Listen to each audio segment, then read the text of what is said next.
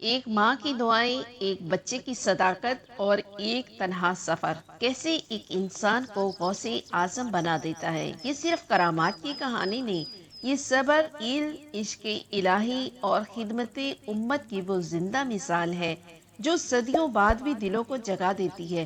چلیے ایک ایسی روحانی دنیا میں داخل ہوتے ہیں جہاں الفاظ کم پڑ جاتے ہیں اور عقیدت خاموش ہو جاتی ہے۔ محترم ناظرین، السلام علیکم۔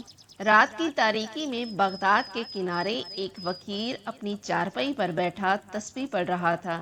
قریب ہی سے گزرنے والے قافلے کے ایک مسافر نے پوچھا، بابا جی یہاں کون رہتا ہے؟ فقیر نے تسبیح روک کر کہا، یہ وہ شہر ہے جہاں اللہ کے ولیوں کا ولی پیدا ہوا، جس کے قدموں کے نیچے اولیاء کی گردنیں ہیں۔ یہ شہر غوث اعظم کا ہے۔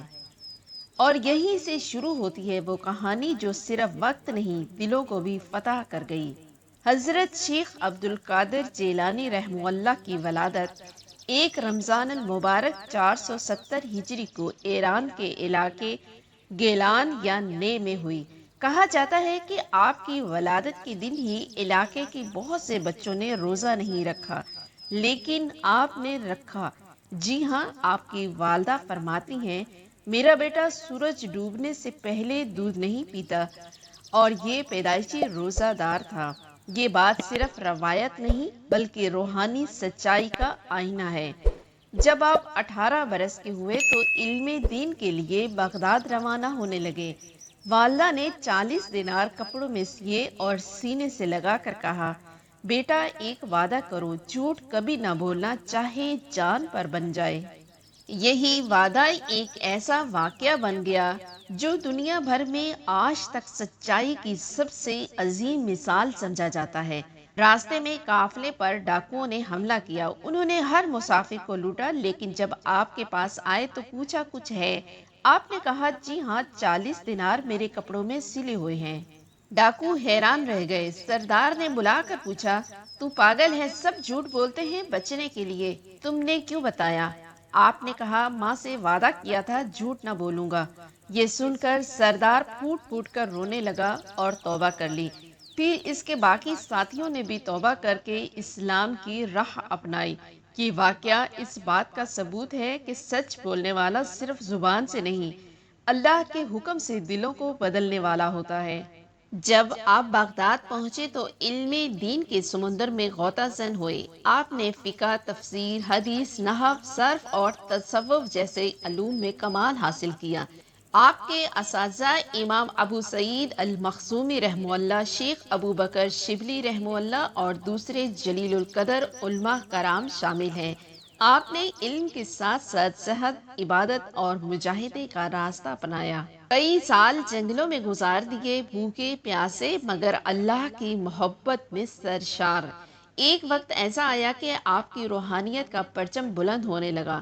بغداد کی مسجد، مدرسے اور بازار آپ کے نور سے جگمگا اٹھے۔ لوگ آپ کے قدموں میں آ کر گناہوں سے توبہ کرتے، یہاں تک کہ آپ کے دروس میں ہزاروں لوگ شریک ہوتے، اور اگر جگہ نہ ہوتی تو لوگ چھتوں، درختوں اور دیواروں پر بیٹھتے۔ ایک دن آپ نے منبر پر کھڑے ہو کر فرمایا، میرا یہ قدم تمام اولیاء کرام کی گردنوں پر ہے۔ یہ بات سنتے ہی وقت کے ہزاروں اولیاء کرام نے روحانی طور پر اس کی تصدیق کی۔ آپ کی مشہور کرامات میں پانی پر چلنا ہے۔ آپ کے بعض خلفاء نے گواہی دی کہ ہم نے شیخ عبد القادر جیلانی رحمہ اللہ کو دجلہ کے دریا پر بغیر کسی کشتی کے چلتے دیکھا۔ یہ کوئی شعبدہ نہ تھا بلکہ تقوی اور روحانی طاقت کا مظہر تھا۔ ایک مرتبہ ایک شخص آپ کے درس میں بیٹھا سوچ رہا تھا، یہ شیخ کیسا ہے؟ کیا یہ جانتا بھی ہے کہ میں دل میں کیا سوچ رہا ہوں؟ آپ نے فوراً فرمایا، اے شخص، تجھے اس بات پر تعجب ہے کہ عبد القادر تیرے دل کے حال کو جانے؟ عبد القادر تو اس کا بندہ ہے جو دلوں کے رازوں کا عالم ہے۔ وہ شخص کانپ اٹھا اور تائب ہو گیا۔ ایک مرتبہ قحط پڑا، لوگوں نے آ کر دعا کی درخواست کی۔ آپ نے ہاتھ اٹھا کر صرف اتنا کہا، یا اللہ، عبد القادر کے ہاتھ اٹھے ہیں۔ ابھی دعا مکمل نہ ہوئی تھی کہ بادل چھا گئے اور موسلا دھار بارش برسنے لگی۔ انکساری اور تواضع اس درجہ تک تھی کہ آپ فرماتے تھے اگر میرے ایک ہاتھ میں پوری دنیا اور دوسرے ہاتھ میں جنت ہو پھر بھی میں اللہ کی رضا کے بغیر کچھ نہ چاہوں گا۔ حضرت عبد القادر جیلانی رحمہ اللہ کا روحانی اقتدار بہت بلند تھا۔ جب آپ اپنے مقام ولایت پر فائز ہوئے تو ایک دن منبر پر کھڑے ہو کر فرمایا تھا میرا یہ قدم ہر ولی کی گردن پر ہے۔ یہ اعلان کوئی غرور یا دعویٰ نہ تھا بلکہ روحانی طور پر اللہ تعالیٰ کی طرف سے عطا کردہ اعلیٰ ترین مقام کا اظہار تھا۔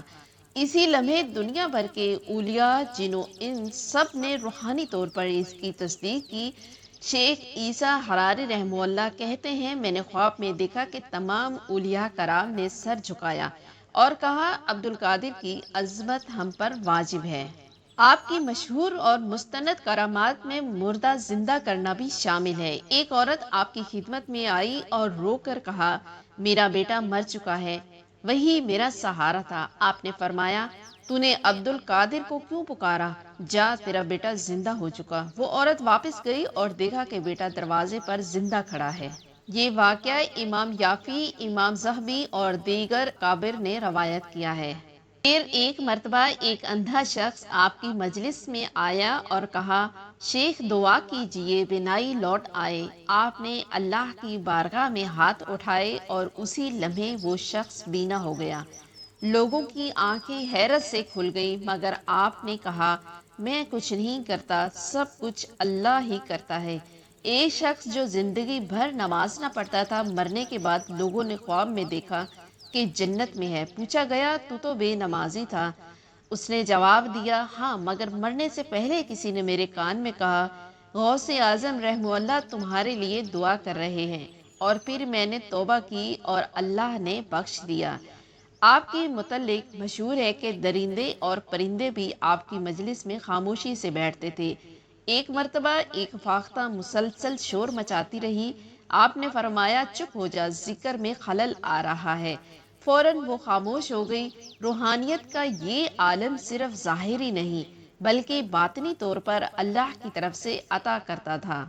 آپ کی خانقاہ میں روزانہ ہزاروں افراد آتے، کوئی کھانے کے لیے، کوئی علم کے لیے، کوئی اصلاح نفس کے لیے۔ آپ کا مدرسہ جامعہ نظامیہ اس دور کا سب سے روشن علمی اور روحانی مرکز تھا۔ بغداد میں آپ کے درس قرآن و حدیث میں روزانہ 70,000 افراد شریک ہوتے۔ اتنی بڑی شہرت کے باوجود آپ زمین پر ایسے چلتے تھے جیسے کوئی فقیر ہو۔ فرماتے میں سب سے کمتر ہوں، عبد القادر کچھ بھی نہیں، جو کچھ ہے وہ اللہ کا فضل ہے۔ ایک مرتبہ آپ کا خادم پانی کا لوٹا لے کر آیا۔ آپ نے لوٹا خود ہاتھ میں لے لیا اور فرمایا وہ عبد القادر جو لوگوں کے دلوں پر حکمرانی کرتا ہے اپنے خادم کا محتاج نہیں۔ آپ کے بہت سے اقوال ہیں جو زندگی کو بدل دینے والے ہیں۔ ان میں سے چند یہ ہیں اللہ کی طرف دوڑو کیونکہ دنیا ایک خواب ہے اور مرنا جاگنا ہے۔ جو نفس کی پیروی کرتا ہے وہ کبھی اللہ تک نہیں پہنچتا۔ دل کو پاک کرو تو ہر طرف نور ہی نور ہوگا۔